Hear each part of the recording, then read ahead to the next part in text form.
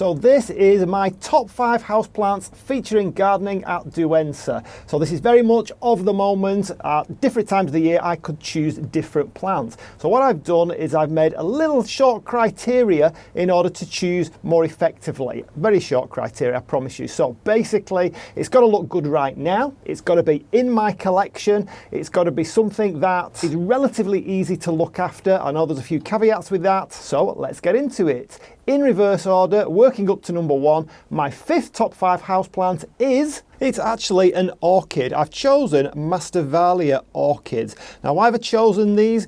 Well, there are loads of hybrids and species, loads of colours and forms, and you can pretty much guarantee you'll get one to bloom if you have enough of them. These are fantastic plants.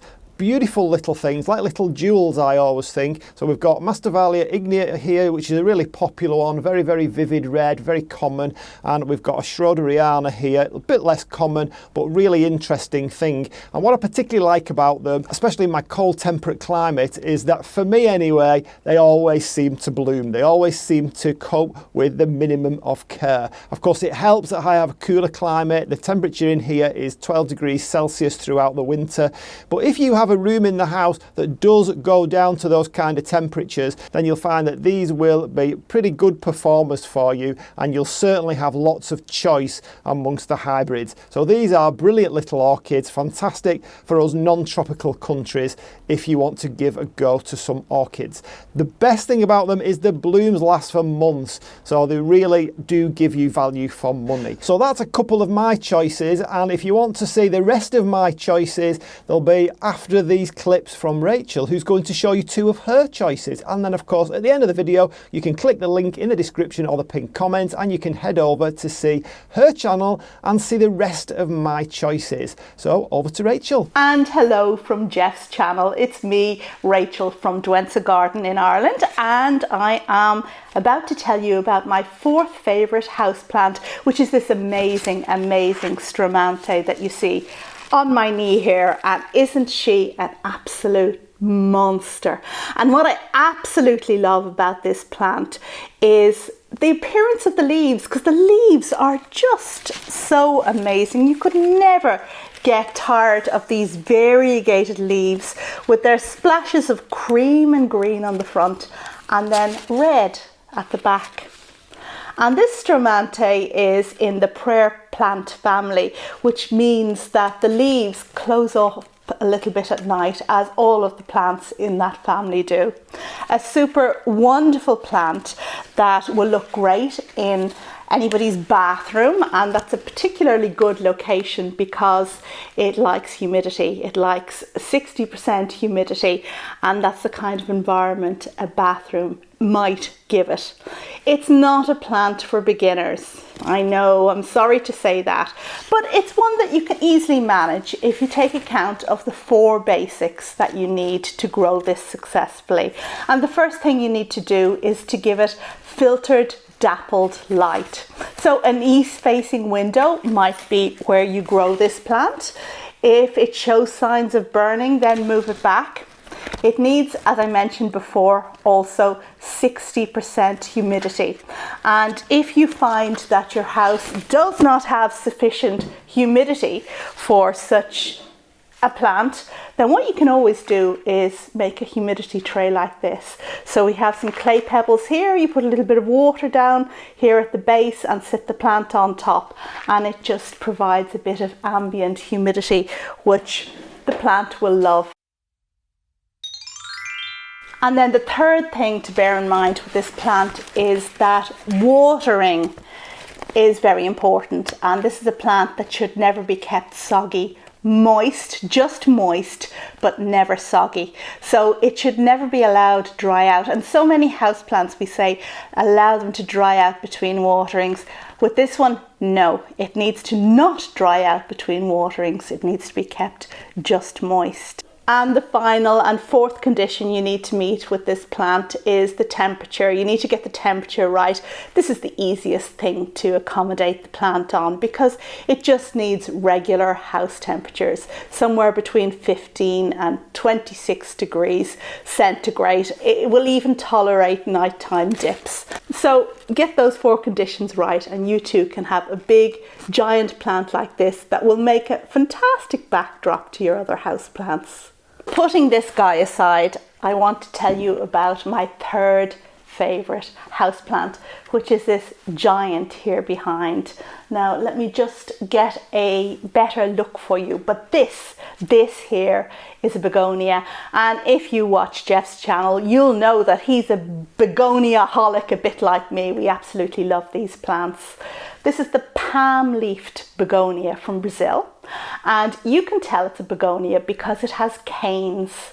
It's a bush-like begonia, but it has canes with little knobbly bits, a bit like a bamboo. But the leaves are quite different. And you might be forgiven for thinking that these leaves look something like a Schefflera, where in fact they're not. This is a begonia.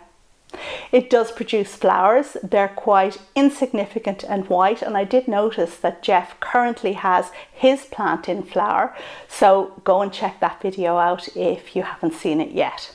Now I've had this plant for 9 years and they can grow to a whopping 3 meters in height, but I never let this one get that tall because it has regularly been cut back in spring to about 1/3 of its height, and because I keep mine in the house I kind of need to do that. It can get a bit floppy, which you'll see by the fact that I'm supporting it with a bit of a frame. You can put it outdoors in the garden in summer in a shady area. It's one to be grown in dappled light, filtered light. So if you do put it in the garden, make sure it's in a shaded spot, and it needs about 60% humidity. It is one that, oh my goodness, it says that you need to make sure that about 1/3 of the pot dries out before you re-water, but there's no way you can check that far down. So whenever the surface is drying out, then I re-water, and this equates roughly to once a week. But when I do water it, I give it a good bit of water because it is a thirsty plant. This plant grows well in a temperature range of 12 to 25 degrees centigrade. That's 54 to 77 Fahrenheit. Although I have overwintered it in a much cooler greenhouse.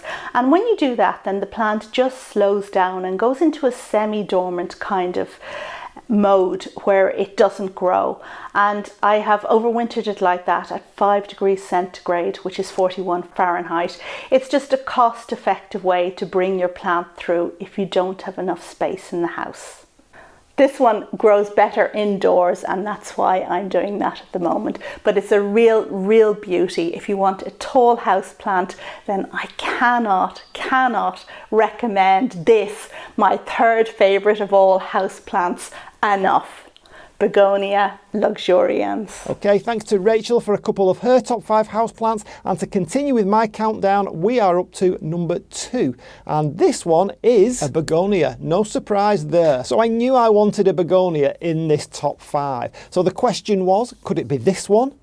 Or should it be this one? Or should it even be this one? But someone, mentioning no names, actually chose the one I probably would have chosen. So I'm going to discount that one for now, and we're going to choose this one instead. So this little beauty here is Begonia baueri, or the tiger paw begonia, or tiger's paw begonia, or eyelash begonia. It has loads of names, and you can see straight away why I like it so much. It has such a diverse amount of colours and shades and various things going on with the leaves. You can see wonderful things happening underneath the leaves, wonderful things happening on top of the leaves, and that is all year round. And to top it all, completely unexpected for me, in summer when the blooms come along, they really are incredible. They're absolutely gorgeous things, and they're kind of held above the leaves at various heights, which really adds to the interest to this beautiful little plant.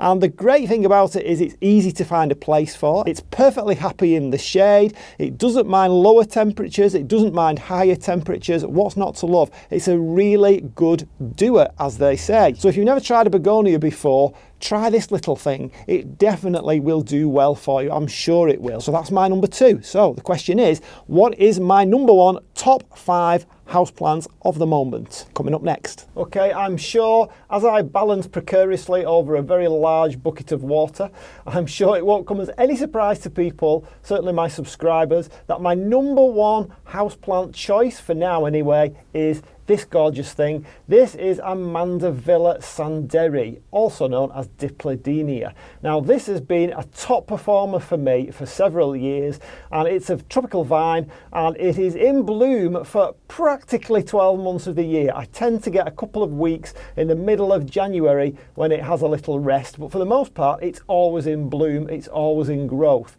And I tend to keep this one above 18 degrees. I did have one that I gave away over in the other side of the greenhouse at 12 degrees, and even that was beginning to vine for me and start to give me a really good show. Now the reason I chosen this one is that because all year round I'm getting these beautiful red velvety trumpet-like blooms all over the entire plant, and it's covering most of the end side of the greenhouse, and I'll try to chuck in there what it looks like at its absolute best because it's completely smothered in these beautiful tropical vines. So for that reason I'm going to choose this, because I think this gives me, especially as it's February now, it gives me that beautiful hint of the tropics when I walk into the greenhouse and I don't have to think about the miserable weather outside. So that is my number 1 for the moment. So if you enjoyed this video, please give it a thumbs up, and what you need to do now is click the link in the description or in the pinned comment, head over to Rachel's channel to see the rest of her top 5 and of course the other couple of top 5 plants that I've not included in this video. So for now, I'll see you on the next one. Bye.